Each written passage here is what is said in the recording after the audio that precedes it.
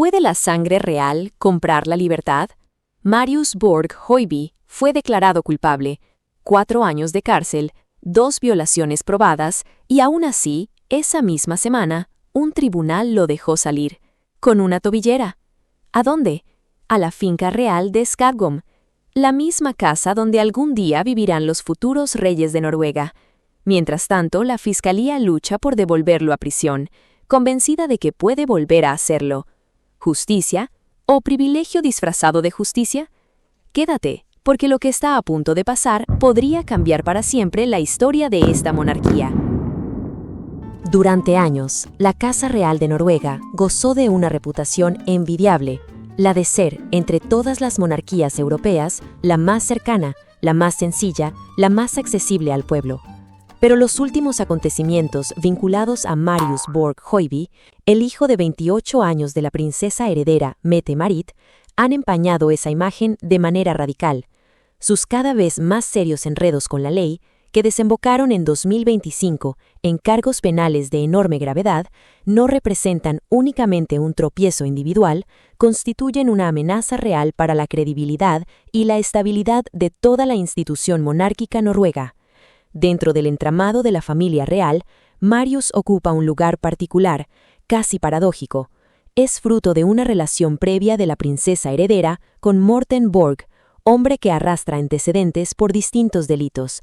Cuando, en 2001, Mette-Marit contrajo matrimonio con el príncipe heredero Håkon, Marius quedó integrado, de manera natural, al círculo íntimo de la corona. A diferencia de sus hermanos por parte de madre, la princesa Ingrid Alexandra y el príncipe Sverre Magnus, él nunca ostentó título real alguno ni figura en el orden de sucesión al trono, y sin embargo, su proximidad al poder y el hecho de haberse criado dentro de ese universo lo convirtieron, de forma inevitable, en objeto de una atención pública constante y de un escrutinio del que jamás pudo escapar. Quizás justamente esa posición tan singular alimentó parte de sus problemas. Gozó, por un lado, de las ventajas y del resguardo que brinda estar cerca de la realeza, pero por el otro, quedó eximido de las obligaciones y los límites que sí pesan sobre los miembros oficiales de la familia. Esa mezcla, privilegios de sobra, responsabilidades de menos, pudo haber gestado un terreno fértil donde la rendición de cuentas brilló por su ausencia, dando paso a conductas alarmantes que hoy salen a la luz pública. Sus dificultades con la justicia no son nuevas. Ya en 2017 fue hallado culpable de posesión de estupefacientes, un episodio que, visto en retrospectiva, funcionó como primera alarma de un conflicto mucho más hondo. En su momento, aquella condena pareció un asunto menor si se compara con lo que vendría después, pero ya delataba un patrón de consumo problemático y una tendencia a ignorar los límites legales que, lejos de corregirse, se agravaría con el tiempo. Frente a esos primeros episodios, la reacción de la corona pareció orientarse más a resguardar su imagen y contener el daño mediático, que a intervenir de manera real y efectiva. Puede entenderse esa postura desde una lógica familiar, pero probablemente logró el efecto contrario. Blindó a Marius frente a las consecuencias naturales de sus propios actos, permitiendo que su conducta se deteriorara todavía más. El punto de quiebre llegó en agosto de 2024, cuando fue detenido tras un episodio de violencia doméstica. En un gesto poco habitual de franqueza, reconoció públicamente haber estado bajo los efectos combinados del alcohol y la cocaína al momento de agredir a su pareja y destrozar parte de su vivienda. Esa confesión resultó reveladora, no solo porque asumía responsabilidad, sino porque dejaba al descubierto un problema de adicción que evidentemente se le había ido de las manos. Ese suceso cambió por completo la manera en que el público lo percibía. A partir de entonces, sus actos dejaron de leerse como simples desatinos juveniles o faltas menores. La combinación de agresión doméstica y consumo de drogas trazó el retrato de alguien cuyo comportamiento se había vuelto, sin más, un riesgo genuino para quienes lo rodeaban. Tras ese arresto, vinieron más detenciones a lo largo de 2024, a medida que aparecían nuevas denuncias en su contra. Cada nuevo episodio sumaba detalles sobre la magnitud del caso, generando un goteo constante de titulares negativos que mantuvo a la familia real casi permanentemente instalada en modo de control de daños. La verdadera magnitud del asunto se hizo evidente en agosto de 2025, cuando la Fiscalía noruega presentó una acusación formal que reunía 32 cargos criminales, cifra que con el avance de la investigación llegó a ampliarse hasta 38 imputaciones en total. La escala y severidad de estas imputaciones no tiene precedente alguno para alguien tan próximo a la familia real noruega. Entre los cargos aparecen múltiples delitos de agresión sexual, violencia intrafamiliar, lesiones físicas, amenazas de muerte y agresión a un funcionario público.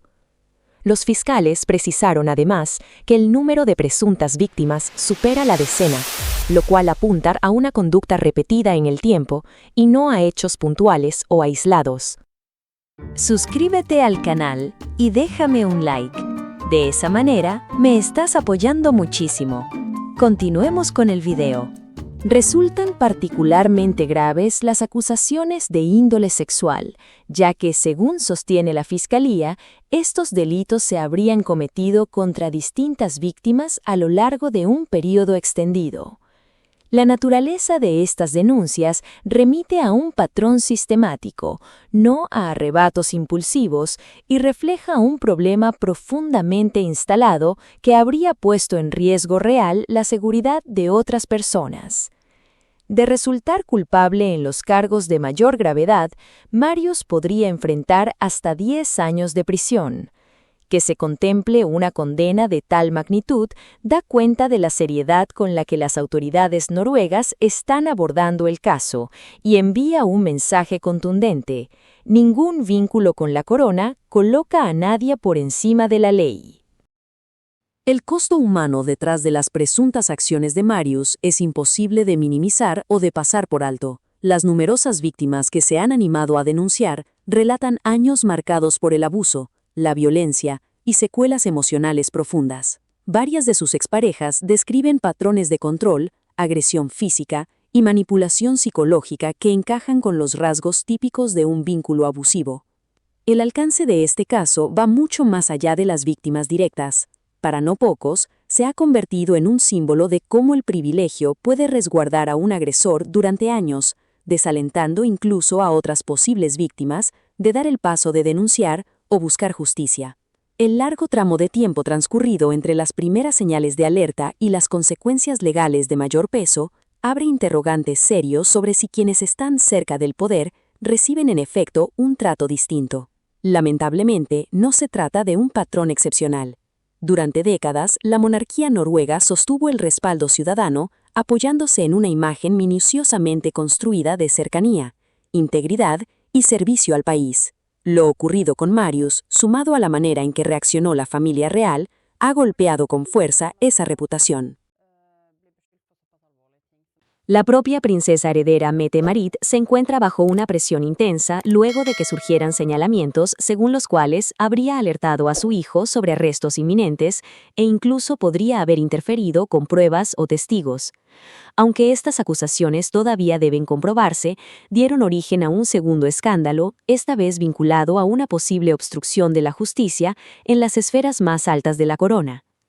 El momento en que estallaron estas revelaciones resultó particularmente inoportuno, pues coincidió con otras controversias que ya golpeaban a la familia real, entre ellas las relacionadas con Durek Verrett, esposo de la princesa Martha Louise.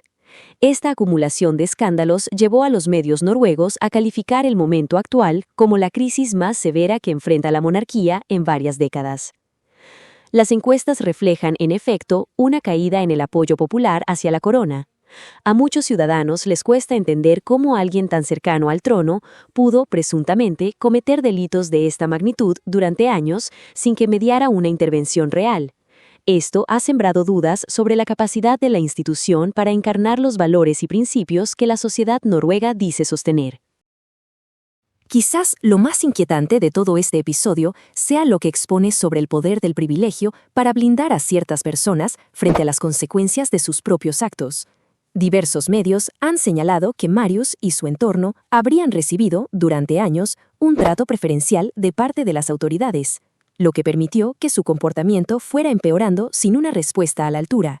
La línea de tiempo de los hechos demuestra que las señales de alerta existían mucho antes de que arrancara el proceso judicial propiamente dicho. La condena por drogas de 2017 debió haber marcado un punto de inflexión. En cambio, todo indica que fue gestionada como un hecho aislado, resoluble mediante estrategias comunicacionales, sin abordar jamás el problema de fondo. Las repercusiones de este caso trascienden las fronteras noruegas. En las últimas décadas, buena parte de las monarquías europeas han justificado su permanencia presentándose como modelos de conducta y símbolos de los valores nacionales. Cuando integrantes de esas familias o personas muy próximas a ellas son señalados por delitos de esta envergadura, ese argumento se derrumba, y la propia legitimidad de la institución queda en entredicho.